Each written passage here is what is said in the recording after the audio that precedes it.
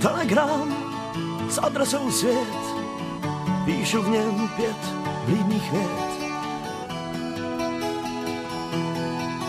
Jedné dívce, kdo pak ví, kam jej zítra pošta doručí a kolik náhod mu poručí. Chtěl bych jen vidět zář očí, které budou jej číst. A šel bych cestou prašnou, co nikdo nesměří. Sám jedenkrát bych s plnou brašnou cinknul dveří. Bude v očích mít úžas, jak Alenka v říži divů. I když dá mi košem, až řádky bude číst, já chtěl bych být tím listonošem, neboť jsem si jist. Bude v očích mít úžas, jak Alenka v říži divů.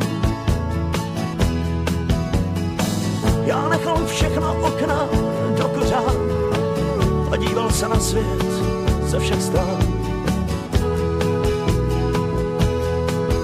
Jak se koulí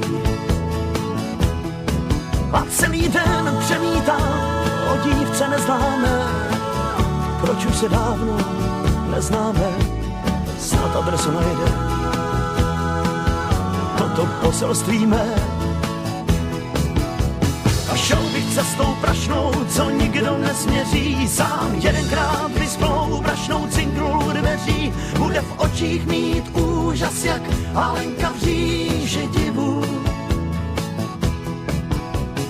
I když dá mi košem, až řádky bude číst, já chtěl bych být těm listonošem, neboť jsem si jist. Bude v očích mít úžas, jak Alenka v